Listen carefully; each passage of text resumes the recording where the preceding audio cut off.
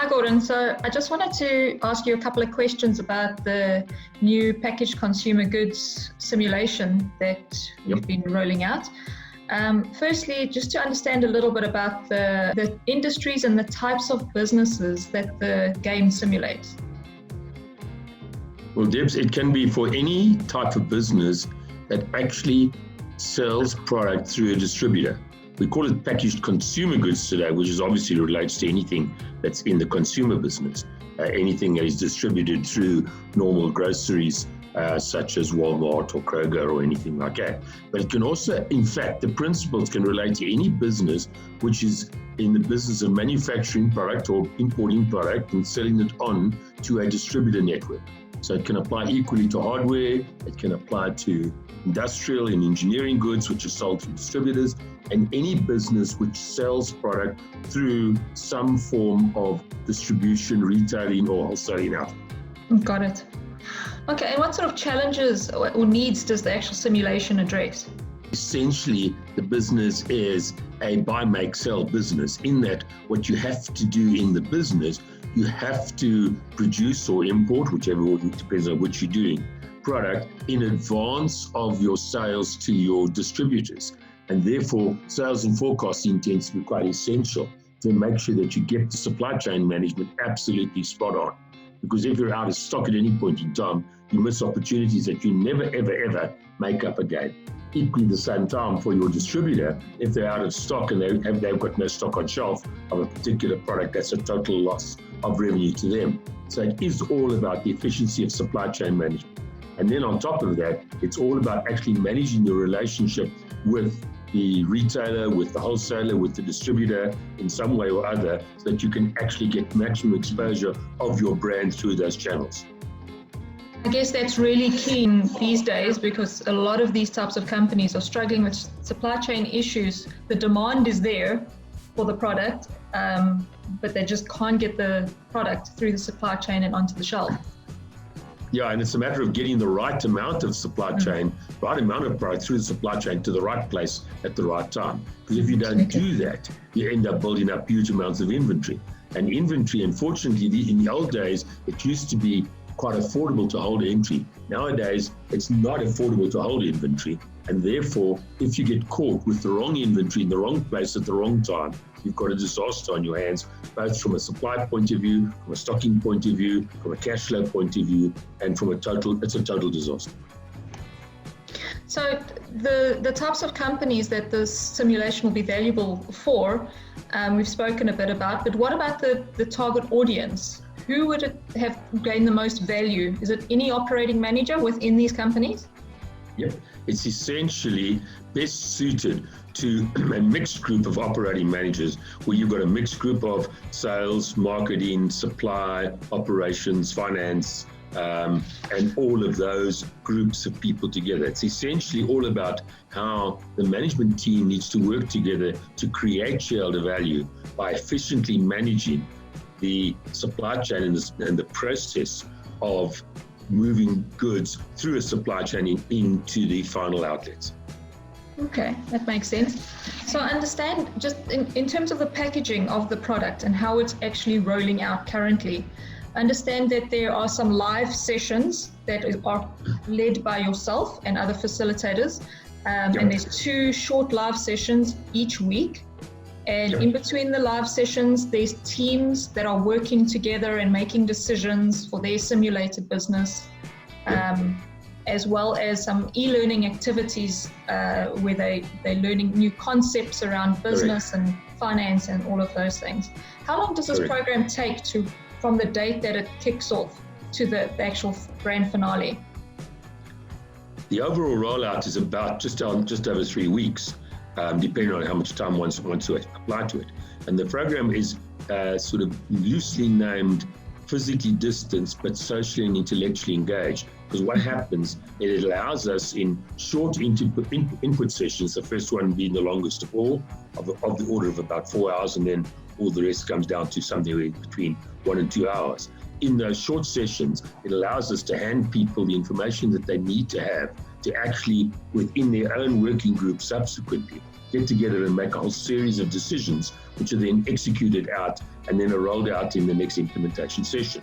And now that builds up enough information over a number of cycles of the simulation to build enough financial and operational information to start analyzing and exactly be able to see how things are going and how their decisions impact on what is being reflected in the financial statements.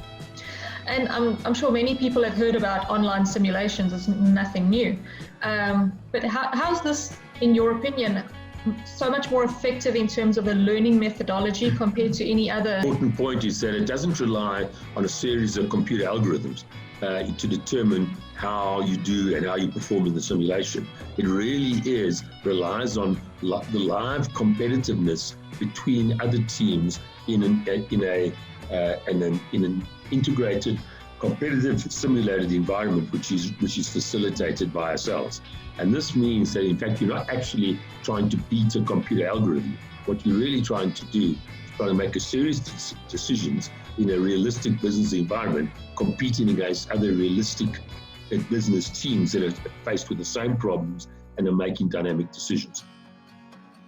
Okay, so it really is just as it is in the real world. Absolutely. It builds a sort of social interaction as well as an intellectual interaction while keeping people physically distanced. Okay, and you keep talking about teams. How many teams does it run with, and how many people in total do you need to run one course? Right, so you ideally need 3 or at most 4 people in a team, and then you can run with as little as 10, 12 people and up as much as up to 24, or even up to a bit more than that if you wanted to do that. So you could run somewhere between 10 and 36 people if you wanted to do that, split over a series of teams. Generally speaking, the best option is 6 teams or 4 people in each team, and anything in between also works. Okay, great. What about customization? Is that possible for any clients? How do you customize it to make it address the client's reality a lot more closely? Yes, I think customization is absolutely essential, making sure that the value chain process and that the accounting process suits their client's needs. I believe there's also an extended version. So you have a standard version, which you run over these 3 to 4 weeks, and then you have an extended version. What additional learnings and benefits come from an extended version? Yeah, this is a piece that really excites us because, in general, the simulation that we're running is based on a normal process of buy, make, sell, and the process of selling into the distribution channel is usually where the simulation ends. However, what we want people to understand is it's all very well to sell product into your distributors, but what is absolutely critical is that you also realize that your responsibility is to help your distributor or your retailer to sell the product out to the final consumer. And therefore, understanding the sell-out process is almost as critical as understanding the sell-in process. And so what we've done after the first couple of sessions that have been done, after that, we've bolted on an extension program which focuses really on 2 things. Firstly, it focuses on the process of selling out and the procedures, the drivers, the levers that people can pull to in fact manage and encourage and facilitate the process of sell out, because your customer's not going to buy any of your stuff and put it on the shelves if it's not moving off the shelves. So for most companies, they seem to think that the process ends at the point of selling in, but in fact it doesn't. They need to take an active responsibility and play an active role in making sure that the product does sell out to the eventual consumer or end user of the product. And so the sell out piece is then part of the extension. But all of that is then being placed into the context of the stock market and stock market pricing and individual, personal and company wealth and company shareholder value. So these 2 big major modules, the stock market, the way the stock market performs, the way you create value, and the way you achieve value on the stock market, and the way you manage the sell out process. These are the 2 pieces that have been added onto the extension program. Is there anything else that you'd like to share that I haven't asked about? No, I think the only thing that's worthwhile adding is the interesting thing that we've seen is how much it's helped people to get involved in getting to know each other and getting to know the way their colleagues make decisions, working with their colleagues and making decisions and supporting them in that decision-making process. So we use a lot of online and a lot of communication and social media processes to stay in close communication with the teams while they're going through this discovery learning process. We fundamentally believe in business today that if I tell you something that's true for me, you discover it, it's true for you.